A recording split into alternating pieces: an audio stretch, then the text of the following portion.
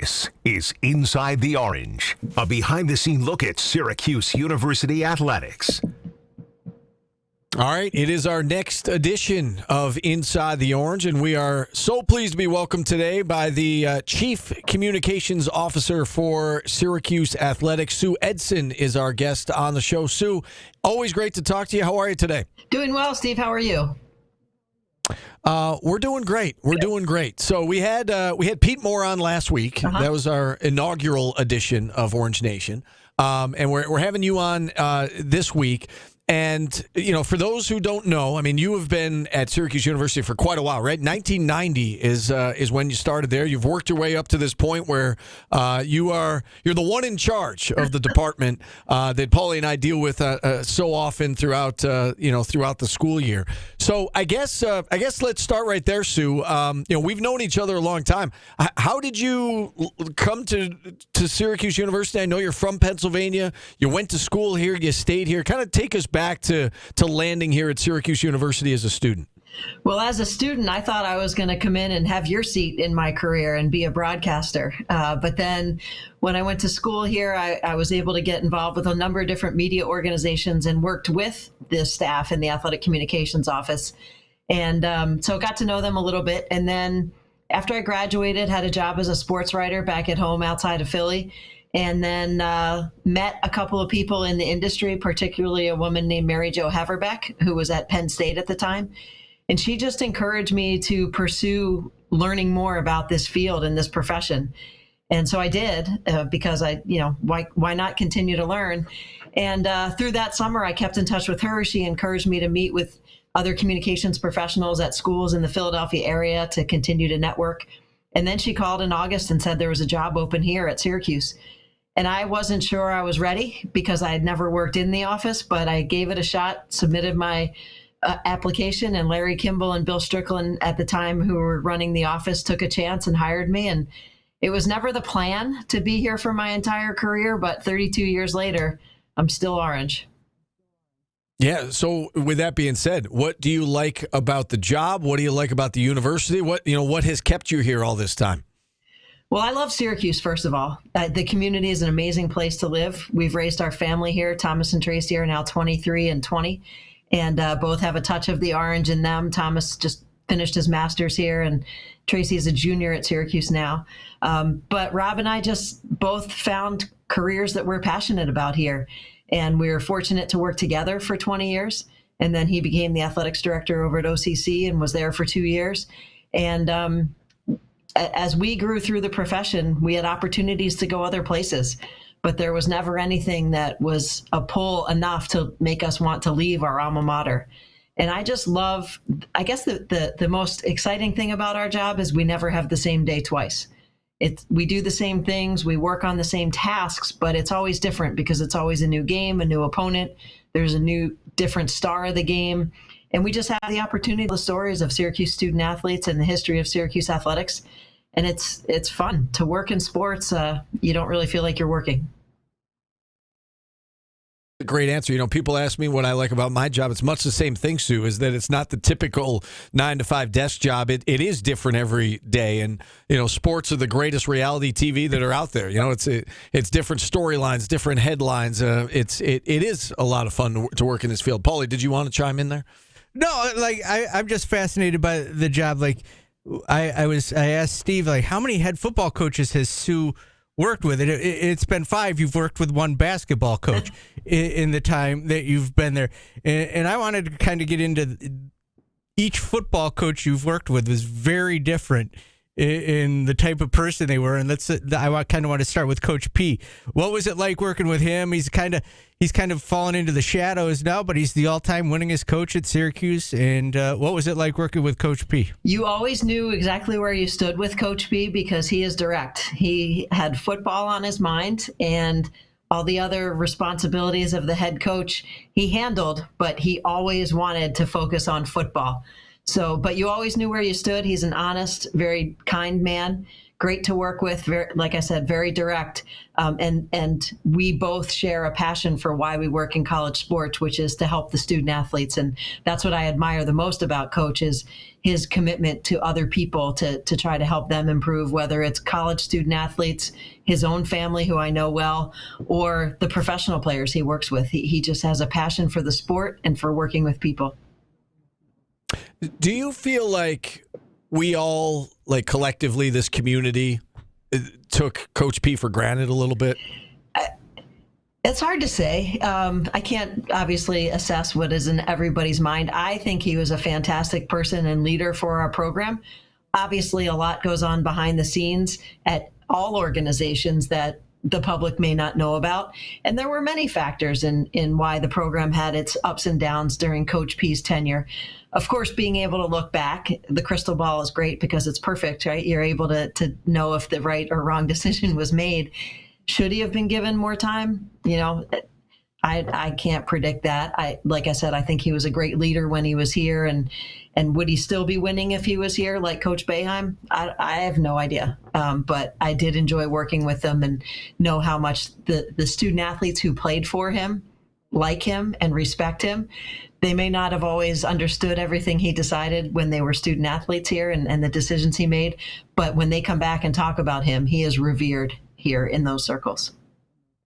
I don't think I've ever told you this story, Sue, but you talk about Coach B being blunt. I get to see a lot of things behind the scenes, and I was in his office one day because he used to do his radio show from his office, and I got to see your husband, Rob, walk in and explain to him that they had replaced some, lower level school on his schedule with Iowa.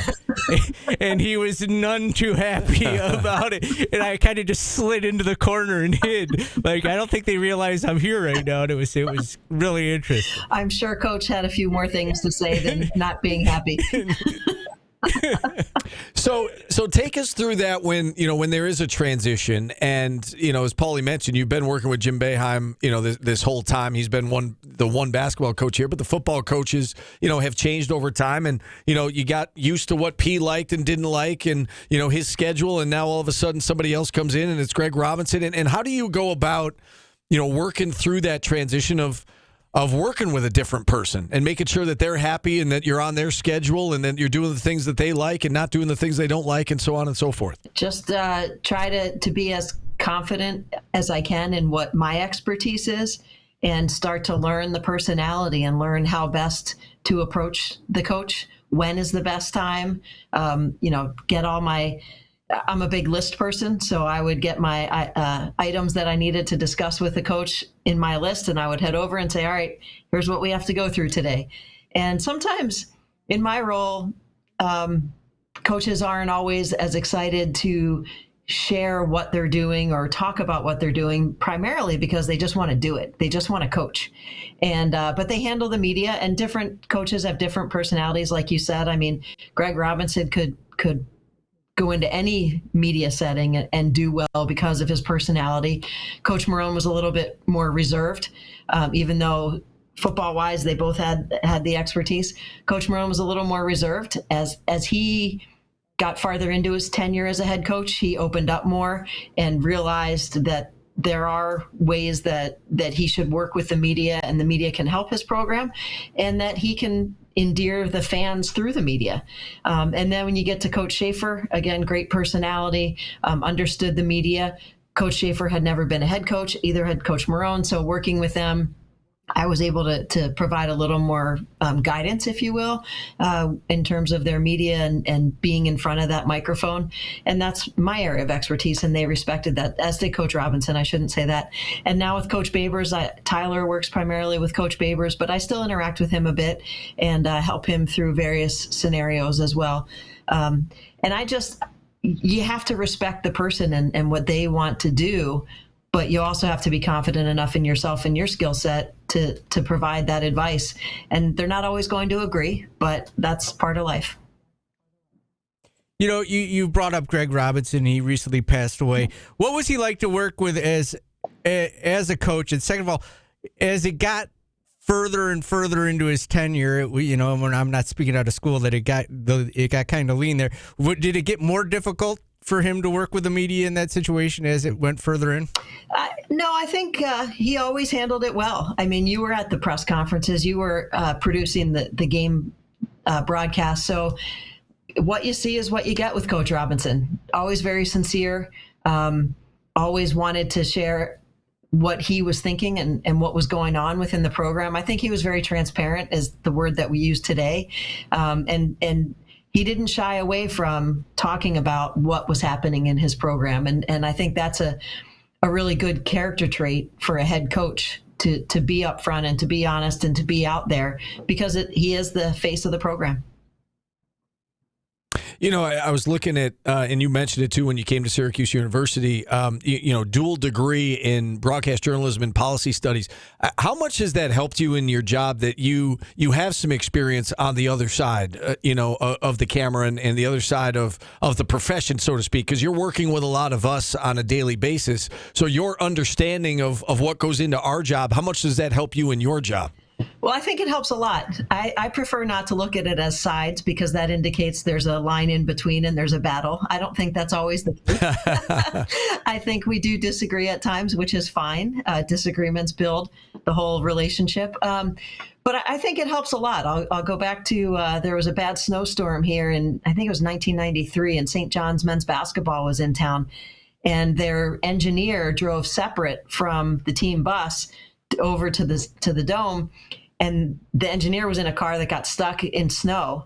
So the play-by-play person comes into the dome with the team and has the equipment with him.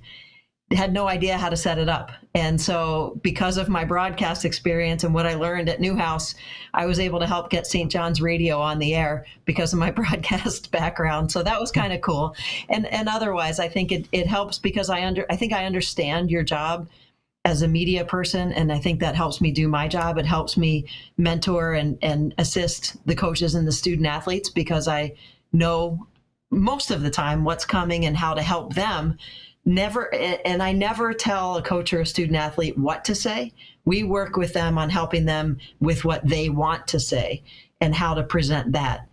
Because as we know, if we were to sit here and give a coach or a student athlete, say 1, 2, 3, it's not going to come off as genuine. It's not going to come off as their thoughts, and it looks staged and fake. And that doesn't help the student athlete or the coach or the presentation in the media. So I think that's a very important point, that a lot of people think PR is spin, and PR is there to help tell the story, not to jump in and dictate the story. So I think all that helps. I also think it helps to just develop the relationships, and that obviously I've been able to do that over the 32 years I've been working in communications at Syracuse, and pretty proud of that. Working with a lot of different media members, a lot of different personalities, a lot of different expectations, what we do and how we do it. And so I think it's gone well, and that degree has helped. And I was not in any way suggesting that there are sides. I'm glad you corrected me on that. You've always been gracious with us. In fact, I'm not even sure Paulie knows this. I'm not sure anybody knows this other than the three of us that were in the room that day. But at the Camping World Bowl, Paulie, down in Orlando, Darius, Joshua, and I were doing a half-hour special for News Channel 9.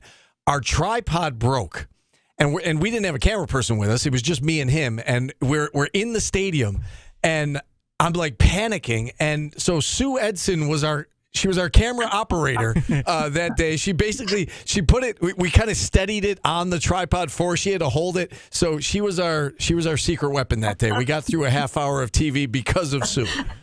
Do you remember that, Sue? I do. That's funny. I hadn't thought about that since it happened, but yeah, I do remember that. And the job description that's in other duties as assigned, Steve, and it was my pleasure to help.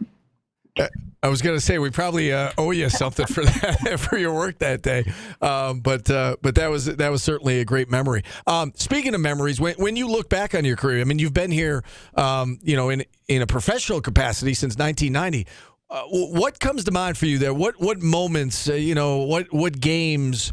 It might be things we know about. It might be things we don't know about. Stuff that happened behind the scenes. What are some of the top memories that come to mind for you from this job? There are a lot, and I'm fortunate to have been a part of so many great games and events. A recent one is when our ice hockey team won the CHA championship. And obviously an exciting time for the student athletes and the staff. And for me personally, Tracy, my daughter, is a student at Syracuse and works here in the office and is the social media coordinator for ice hockey. And so to be able to work alongside her at that great event for Syracuse athletics and that exciting time for the student athletes, that's nothing that anybody can script and nothing that I ever expected would happen in my job. But like I said, to have that excitement for the program and then to work alongside my daughter in telling that story and celebrating the student athletes and coaches was amazing. And then I could go all the way back to 1996 when the women's basketball team upset Connecticut and broke their 70-some game winning streak in Manley Fieldhouse when Mariana Freeman was the coach. And then you could go to 2003 when men's basketball won the NCAA championship and our staff's running around the court trying to get different student athletes and coaches to CBS radio and CBS TV and our radio network. And all of a sudden, Rob comes out of the stands with Thomas, who was 3 at the time, or 4, almost 4. And Rob says, your son wants to be with you. So I grab Thomas, put him on my hip and keep moving around the court. And then Thomas looks at me and says, what is happening here? What is going on? Because he has no clue what March Madness is. And that made me stop, and it grounded me in the moment to look around and say, my alma mater, my place of employment, Syracuse basketball, just won the national championship. And it made me pause to take it all in for a second, because I wasn't taking it all in. I was so hectic and trying to get done what I was supposed to get done.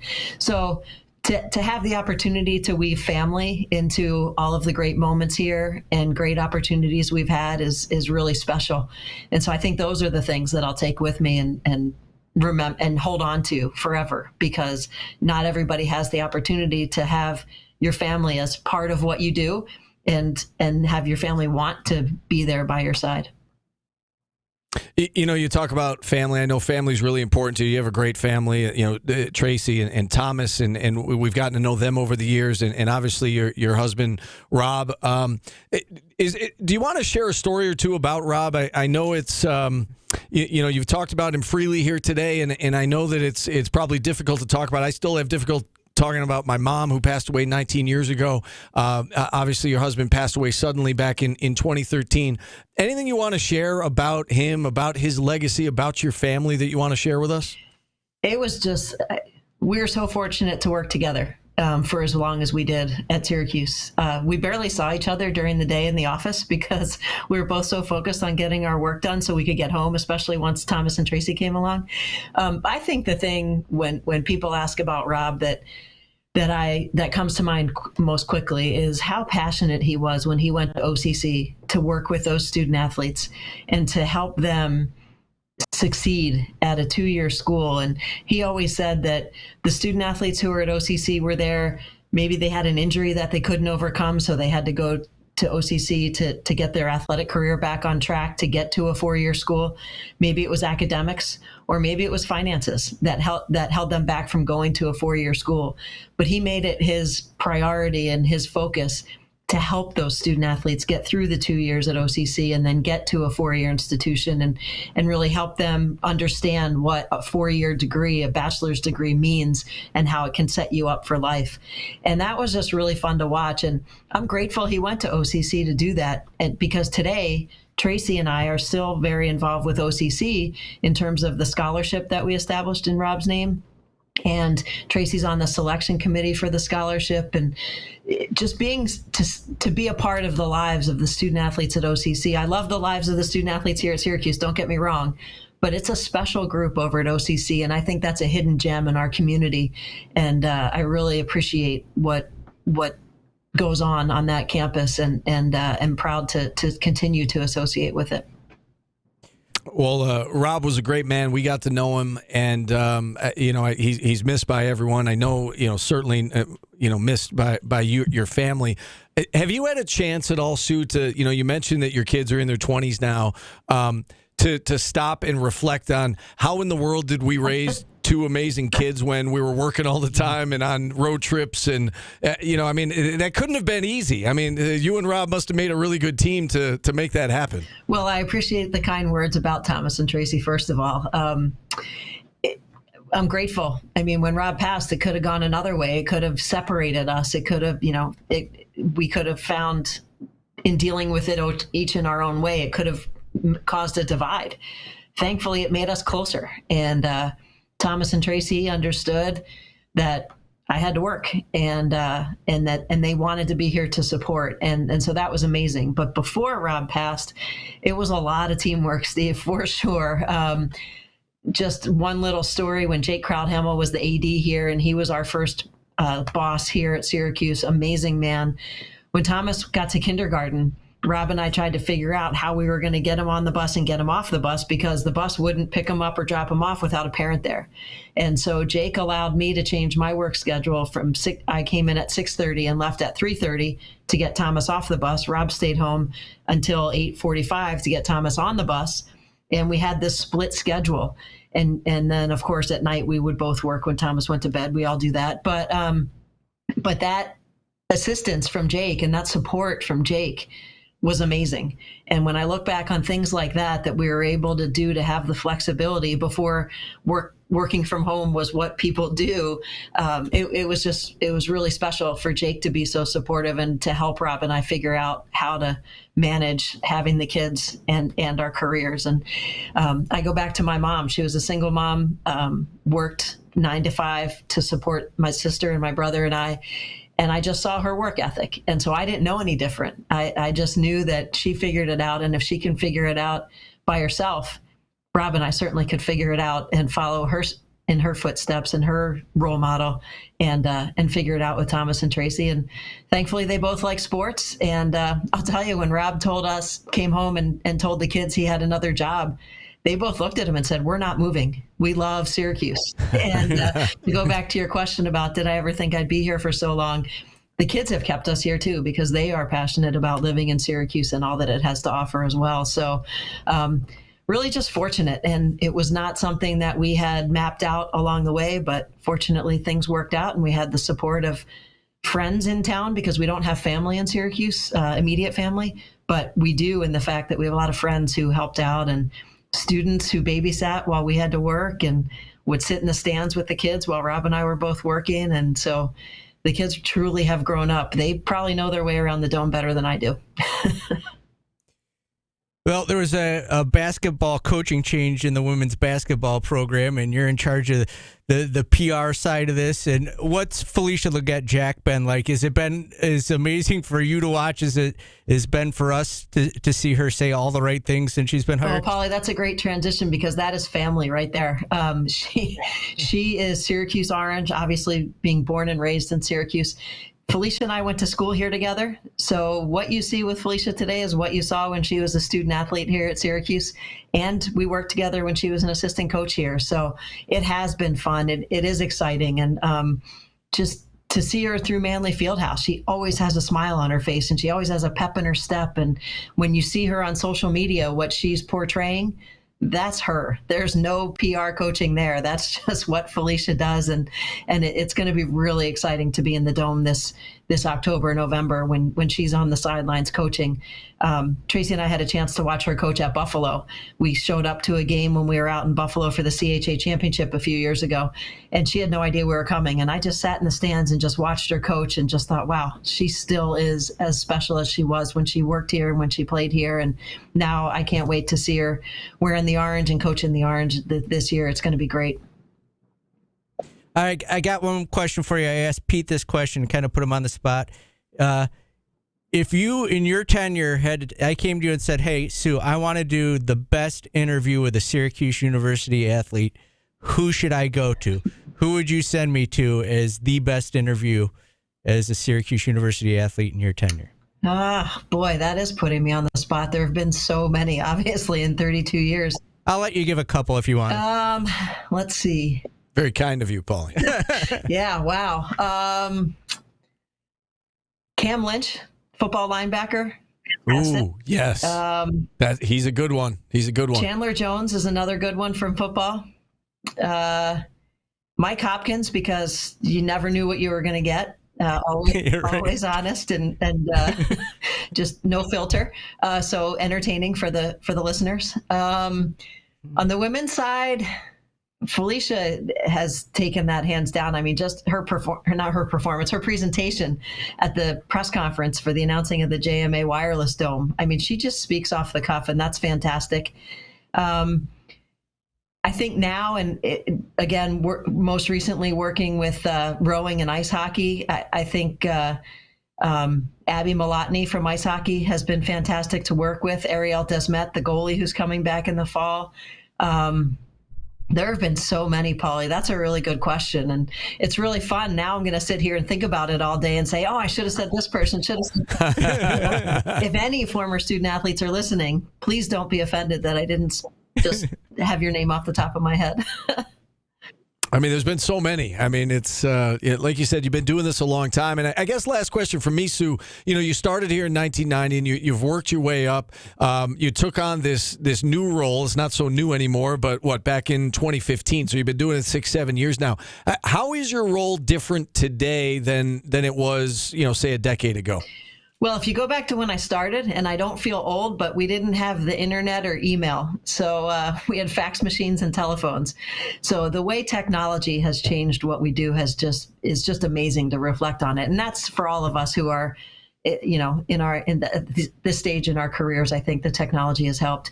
But my role as the Chief Communications Officer for athletics, that's what I had been. The title changed. In 2015, when we had a transition in leadership in athletics, I was asked to focus on the department, and football was given to somebody else. And that was hard, to be honest, because I wasn't ready to stop being the sport contact. For 17 years, I was the football contact, and I loved it. The day-to-day of it, working with the student athletes, the coaches. So the transition to be solely focused on the department, while I knew it was needed and I appreciated that I was entrusted with that, I missed the day-to-day with student athletes. And then when COVID came along, we had some staff changes because we didn't know what was going to happen with sports, and we were down 3 staff members. So we all had to adjust and take on sports. And I'm so grateful that I have the opportunity to work with ice hockey and rowing and men's soccer and volleyball and softball for the past couple of years, because it brought me back to why I started in this profession back in 1990 when I worked with 17 of our Olympic sports. And it's about the people and it's about the student athletes. And so sometimes I'll see old colleagues from other schools or who I've met along the way, and they'll say, well, what, were you demoted? Why are you working with ice hockey and rowing instead of football? And it's not a demotion. It's amazing to be able to work with any of our student athletes in any of our sports. And I don't mind at all that I'm not working with the, quote, high profile sports at Syracuse, because at the end of the day, the passion is working with all of our student athletes and coaches. So I got one question for you, and it was because what you just said, how technology has changed your job. What is the responsibility with you guys with, social media has changed the game. Like, is there like classes given to student athletes on how to handle social media and what they put out on social media? How do you control that when they can do that at any hour of the day on their own time? Well, there's never any control, Polly. It's no different than when they go up in front of a microphone, what they're going to say at a press conference. It's up to them. We work with them. We try to educate them about the potential pitfalls of social media, but also we educate them about the benefits of social media. And especially in this day and age of NIL, I can't believe we've gone this long talking and we haven't brought up NIL. But, we just work with them on how to present themselves the best way, and we give them suggestions. But we don't tell them what to say. We don't tell them what to do on social. We can only advise them. I do feel like, your job is ever changing, and you mentioned NIL. We brought it up with Pete last week. How do you anticipate the NIL, will change what you do moving forward? Well, it's just opened up another avenue that we can work with student athletes in. We can work with them on what I think the most impactful thing that has happened recently is we provide more and more content to them, photos and video that we capture so that they can build their brands. And so that's really important for us to keep in mind, is that we're not only promoting Syracuse athletics, we're helping them build their brand as well. That's probably the most impactful thing that's happened this year. All right, I can't believe a half hour's gone by already, but a half hour's gone by. Anything else, Sue, as we wrap things up? This has been a pleasure for us. We appreciate you doing this. Anything else on your end? Well, thank you. I've really enjoyed it, and it's always fun to engage and let people know what we do behind the scenes, and look forward to helping you guys set up other conversations with other athletic staff members so that the fans can get a look inside Syracuse athletics. So thanks for the opportunity. All right, we're going to do this every Thursday, right, Paulie? That is correct. So we'll come back at you with another Inside the Orange segment next week. We don't know who we're going to have on. We had Sue lined up in advance, but we'll all be surprised together. We'll let Sue pick the next one. Sue, there you go. Sue can pick the next guest if she would like. Sue, thanks for coming on. We appreciate it. Thank you, guys. Have a great day. All right, that's been Inside the Orange. We'll do it again next week.